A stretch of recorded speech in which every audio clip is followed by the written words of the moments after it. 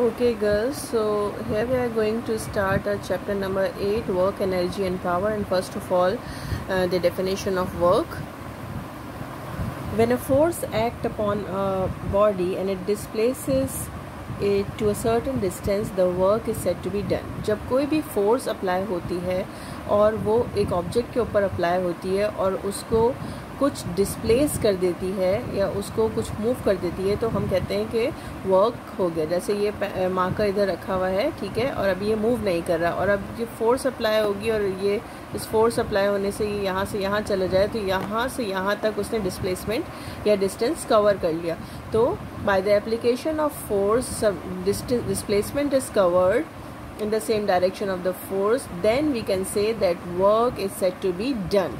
ठीक है, तो वर्क डन जब होता है जब कोई भी अप्लाइंग फोर्स, कोई भी फोर्स अप्लाई हो और उसके रिजल्ट में कुछ डिस्प्लेसमेंट कवर हो। जैसे ये एक ऑब्जेक्ट यहाँ शो किया, उसमें फोर्स अप्लाई हो रही है और वो फोर्स अप्लाई होने के बाद डिस्प्लेस होके यहाँ से यहाँ आ गया है, तो जिसमें डिस्प्लेसमेंट कवर हुई है। तो फोर्स भी आप ये देखें किस डायरेक्शन में है, force is in the same direction। तो मैंने यहाँ लिखा force and displacement are in the same direction, then we can say then the work is said to be done। तो हम work done या work इसलिए इस तरह से कह सकते हैं, the product of force and displacement is called work or work done। And when a force acts upon a body and it displaces it to a certain distance, then work is said to be done। Now when the force act an angle theta, ये मैंने आपको एक video भी send की थी जिसमें उन्होंने explain किया था प्रैक्टिकली कि अगर कोई ऑब्जेक्ट है और उसको हम इस तरह ड्रैग करते हुए लेके जा रहे हैं, जैसे कोई ट्रॉली है या कोई चीज़ है जिसको हम इस तरह से ड्रैग करके लेके जा रहे हैं, इस डायरेक्शन में ट्रैक करते हुए लेके जा रहे हैं, तो अब फोर्स इस सेम डायरेक्शन में नहीं है डिस्प्लेसमेंट के, और कोई ना कोई एंगल फॉर्म हो रहा है इन दोनों के बीच में, ठीक है। तो when the force acts at an angle theta, जब फोर्स एक्ट करे तो यहाँ पर जो हाइपोटेनस है ये फोर्स का एक कंपोनेंट है, ठीक है, ये फोर्स का एक कंपोनेंट है। तो उस तरह उसकी वजह से हम यहाँ लिखेंगे work done is equal to component of force in the direction of motion. Direction of motion ये है और कंपोनेंट ऑफ फोर्स जो है वो direction of motion towards the direction of motion है, और डिस्प्लेसमेंट भी उसी डायरेक्शन ऑफ मोशन में कॉज हो रही है, मगर यहाँ पर एक एंगल ज़रूर मेंशन किया हुआ है। तो हम ये कहेंगे work done is equal to component of force in the direction of motion into displacement. अभी अगर इसी को हम ट्राइंगल की तरह से ले लें तो ये उसी तरह हो जाएगा जैसे हमने component of vector find out किए थे, यहाँ फोर्स भी वेक्टर है।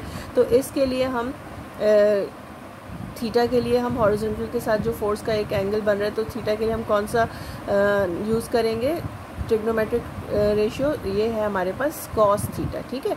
तो work done is equal to component of force in the direction of motion multiply by displacement. उसको हम कंपोनेंट ऑफ फोर्स जो है इस डायरेक्शन ऑफ मोशन में उसको हम लिखेंगे एफ कॉस थीटा।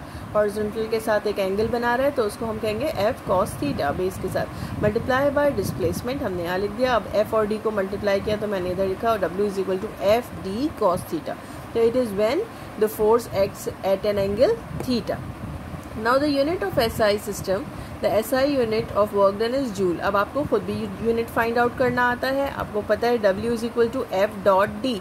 तो फोर्स का यूनिट क्या है, न्यूटन, और डिस्प्लेसमेंट का यूनिट क्या है, मीटर। तो वर्क डन का यूनिट हो सकता है न्यूटन मीटर, मगर हम न्यूटन मीटर को क्या कहते हैं, जूल, और वो किस तरह होता है, 1 जूल आगे डिफाइन किया हुआ है।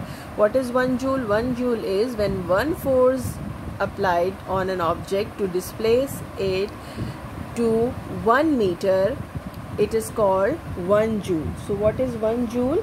When a force of 1 newton moves a body through a distance of 1 meter in the direction of force, then the work done is said to be 1 joule. Now what are the factors? आपको पता है जब आपके पास formula given होता है F dot D, ये formula given है W is equal to F dot D, और मैं आपको कहती हूँ कि इक्वल के सामने जो भी ऑब्जेक्ट्स हैं वो डायरेक्ट रिलेशन में हैं और अपॉन में जो है वो इन्वर्स रिलेशन में। तो यहाँ दोनों चीज़ें आपको डायरेक्ट रिलेशन शो कर रही हैं, तो आपको इस तरह नहीं लिखना होता। मैंने आपको सिर्फ ये लिख के बता दी direct relation with force and displacement. तो वर्क का रिलेशनशिप आपको दोनों का अलग अलग नहीं, फोर्स का भी और डिस्प्लेसमेंट का भी। तो हम लिखेंगे सबसे पहले फैक्टर जो उसका है नंबर 1 फोर्स, तो as the force increases work done is also increase, and as the force decreases work done is also decrease. It depends upon force, directly relation है. एंड डिस्प्लेसमेंट का भी यही है कि if the work done increase displacement is also increase. जितना ज़्यादा work होगा उतनी ज़्यादा वो ऑब्जेक्ट मूव करेगा और डिस्प्लेस करेगा, ठीक है. और जितना कम वर्क डन होगा तो उतना ही डिस्प्लेसमेंट भी कम होगी. तो वर्क के बारे में एक छोटी सी यहाँ पर इंट्रोडक्शन था कि work is the force applying force multiplied by displacement. It is the product of force and displacement, and when a force acts upon a body it displaces to a certain distance, we can say the work is said to be done. Force and displacement are in same direction. And what happened when the force acts at an angle theta?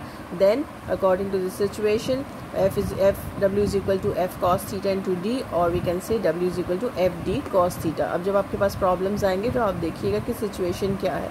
जब situation में अगर angle form हो रहा होगा तो हम ये वाला फॉर्मूला यूज़ करेंगे, अदरवाइज हम W is equal to F dot D का.